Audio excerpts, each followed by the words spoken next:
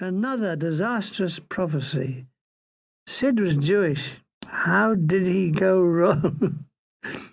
What did we do in the day? To start, I was living with my parents, who weren't at home when I had returned from the war, and the surprise was extended.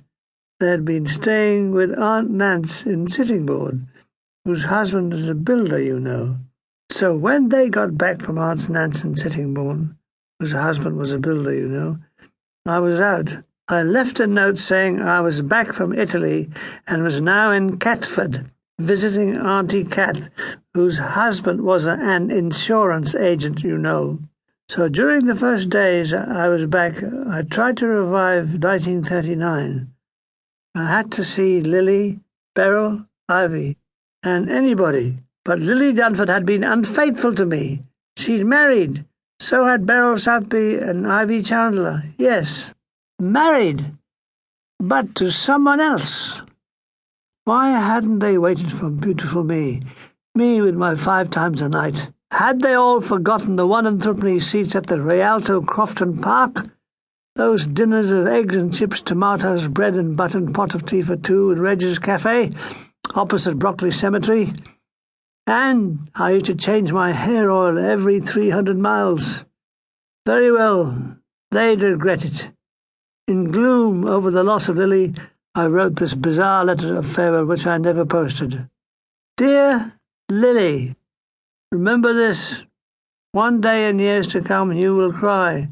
Cry for the fool that you were and are. Cry for me, Lily. Remember that no one will ever love you like me. You will come back to me one day. Love has many children. One is called hate.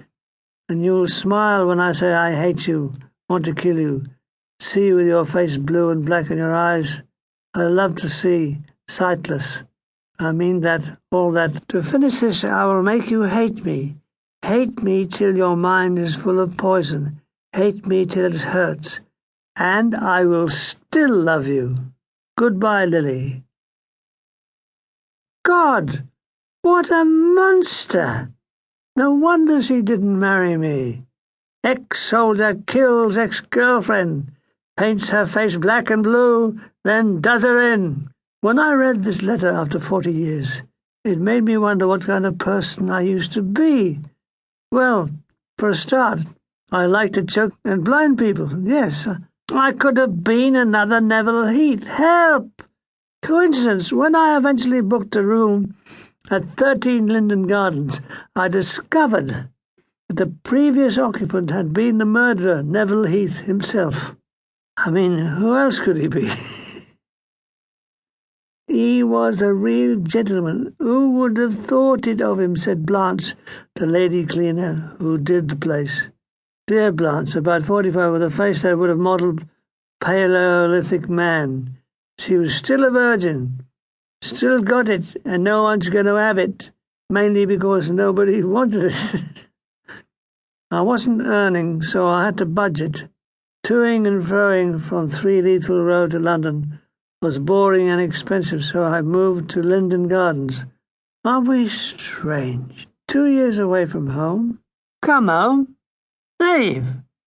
It was 1 room with sit-up bath.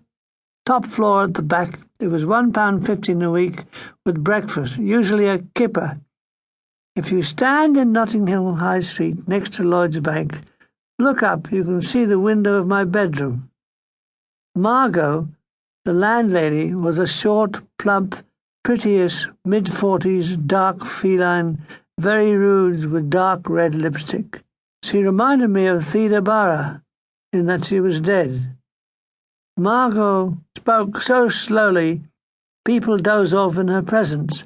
She lived in the basement in Stygian gloom with the smell of cats and mansion polish. A widow, but there came into her life a humpty-backed lodger, Mr. Len Lenx, an insurance broker who worked, quote, from home.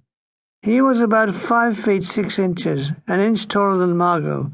He had a face like Charles Lawton's and Boris Karloff's superimposed on his. He wore pebble-dash glasses which magnified his pop eyes, giving him the countenance